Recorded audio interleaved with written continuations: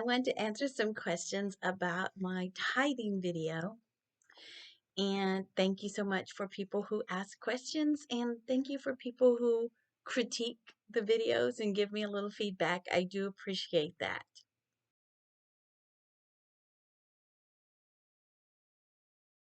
One of the things that I wanted to talk about was um, the worker is worth the wage.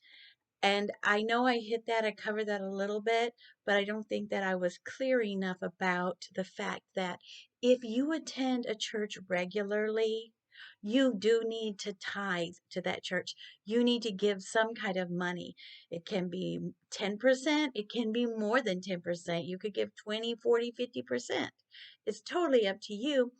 But if you're attending a church, you should pay money to help support the preacher or the pastor of the church because that's their livelihood. Their whole life is teaching the Bible and making sure that their whole congregation has their needs taken care of. And sometimes that's by establishing committees to help each other out, but they're the ones who are in charge to make sure that things get done, no matter how they get done, whether they're with committees or everything else. And also, while we're on that subject, please don't think that your pastor is the one who has to do everything or take care of all the problems or see all the sick people or help all the needy people, because Jesus called each one of us to do that. But the preacher would be kind of like a leader where he sees the problem so he can say, hey, I need someone to help this person. Or, hey, I need someone to go to the hospital and visit that person, or go pray with this family. So we all are called to do those kinds of things, not just the preacher, but the preacher or the pastor is the one who oversees the congregation. He's like a shepherd and he makes sure that their needs are met in one way or the other. So this is a full-time job for him. Besides giving the message and teaching is a full-time job. So please, if you attend church, you should tithe to the church. The other thing is that in the last video, I said that I was going to tell you about the very first tithe, Abraham, and I didn't even do that. So let me just tell you a little bit about this. So this was when he was still called Abram before God changed his name to Abraham. And Abram was living in this land of plenty, and his nephew Lot went to live in Sodom. And there was this major war. It was 5 kings against 4 kings. And this war had been raging, I don't know how long. I don't know how long. It ended up that the 5 kings that include Sodom and Gomorrah and Zimboyam, Admah, and Bela, the 5 kings that went against the 4 kings, the 5 kings lost the battle. So everything they had, their people were taken away, and that included Lot and his family. So Lot and his family was taken away, and then Abram decided that he was going to go save Lot. So just keep in mind that this is 5 kings against the 4 kings. The 5 kings were all defeated. All other people were defeated. The 4 kings had won this battle. So there were thousands of soldiers on each side of that war. So Abram says, you know what? No, I'm going to go get my nephew Lot and I'm going to bring him back. So Abram took his men with him. He had some trained men who were trained in fighting. Abram took his 318 trained men. They were trained to they were trained in battle, so they were already prepared, which is a good thing for us to remember. We need to be prepared for whatever kind of battles that might come to us. So Abram had 318 men go against these 4 kings that had just defeated 5 kings. There were many, many more men on the 5 king side, and little Abraham and his 318 men came and he drove them out and he chased them out. It says he chased them as far as Hoba, which is north of Damascus. So that's just kind of funny. It's 318 men. And then as he was coming back, the king of Sodom had told him, "Hey, dude, you can have everything, that just give me my people back. You can have everything that you took back from these people." And Abram says, "No way, Jose. I don't want anything from you. There's no way that you are going to say that you made me rich, because my riches all came from God Almighty." And he refused to accept anything. Well, then this guy, Melchizedek, some people call him Melchizedek. There's a lot of different ways that people pronounce it. I pronounce it Melchizedek.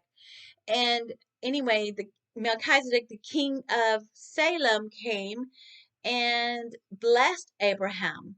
And Abraham gave him a tenth of all of the things that had been taken back. And I guess the rest of it went back to the king of Sodom. So that was the first tithe ever recorded. And that was a tenth of everything. Abraham gave it to Melchizedek. That was a one-time tithe that Abraham made. He never made another tithe. That was it, a one-time tithe.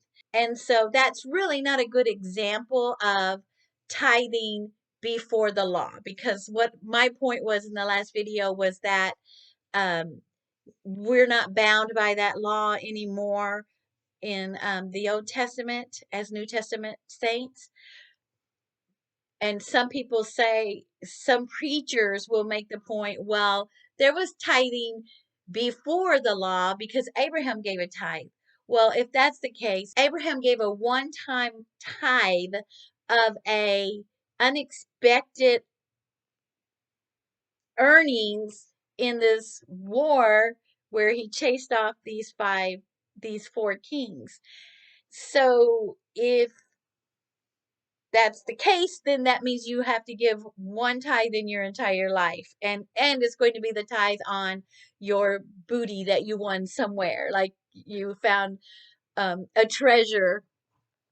You were out pirating and you got a treasure of some kind, and that would be your tithe. So one time. So I don't think that that's what they really want you to look at. So if they want to use that as an example, it's really not a good example because it kind of defeats what they're trying to tell you. One-time tithe. One other thing that someone wanted me to point out was when we were talking about Malachi, where Malachi was addressing the priests instead of the general public. So let's look at that. In chapter 1, we see that Malachi is talking to the priests of giving polluted offerings. Chapter 1 of verse 6, he's telling them that a son honors his father and a servant honors his master, but who do you honor? You don't honor me. You have no reverence for me. And he tells his priests, it says, to you priests who despise my name, yet you say, in what way have we despised your name? And then he says, you offer me defiled food. You offer me blind animals, and you offer me lame and sick animals. This is evil. Is it not evil? He keeps asking them, isn't that evil? Would you offer that to your governor? Would he be pleased with you if you went to your governor or your ruler, your king, and you said, here, I want to give you this, the lame, the blind, the sick animals in your herds, that's what you would give your governor? No, that's not. You're defiling me. You would not give that to the ruler of your city, but yet you want to give it to me, God. And he just goes on to say, you want my favor and you want me to be gracious, but how am I going to be gracious when you've done this? Let's see, in chapter 2, he goes on to talk about corrupt priests. He says, if you don't want to do what I'm asking you to do, and you don't want to take this to heart to glorify me, then you're going to have a curse. you're going to get a curse instead of blessings. And he says that he had made a covenant with Levi. And if you don't know this, that Levi was, let's see, you had Abraham, which we talked about earlier. Abraham had a son, Isaac. Isaac had two sons, Esau and Jacob. And Jacob had 12 sons. One of those sons was named Levi. And through the sons of Levi, he made priests. So all the Levites, they didn't get land. All the others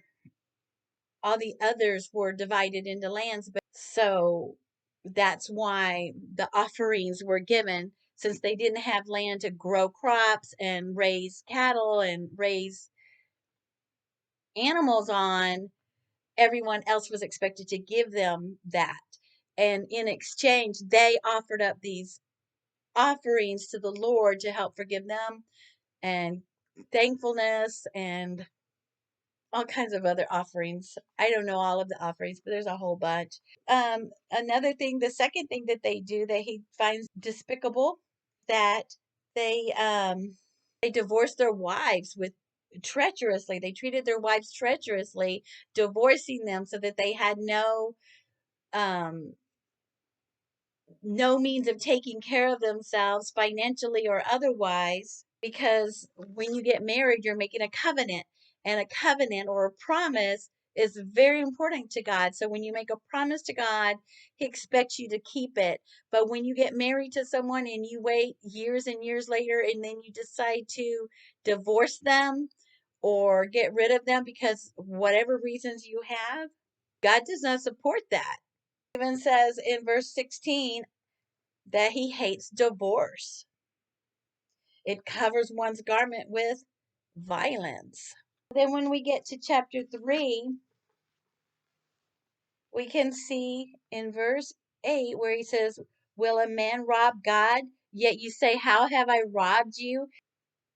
You've robbed me in your tithes and offerings. Because, again, like I said before, everything that the people brought into the temple or the synagogues, the priests were supposed to take 10% of that for themselves so that they could eat and feed their families. But the other 90% was supposed to go into the storehouse for widows, orphans, and strangers in the land. That was the reason it was there. So the priests, this whole chapter is devoted to the despicable practices that the priests were doing, and not the general public. Although he does say all of Israel is guilty for not bringing the proper tithing. I hope that clears up any questions that you had from the last tithing video. But if it brings up more questions, please feel free to ask me. I don't get offended by questions or criticisms. If I get something wrong, which is quite possible because I am not a scholar and I've never had any formal kind of biblical training. So if I get something wrong, please feel free to point that out too. It doesn't bother me. My reason for doing this is to help people understand the Bible better, and to help answer questions that people have on the Bible. I want to be clear. I want to be correct. So if I am incorrect about something, please let me know. I'm happy to make amends on that. Thank you.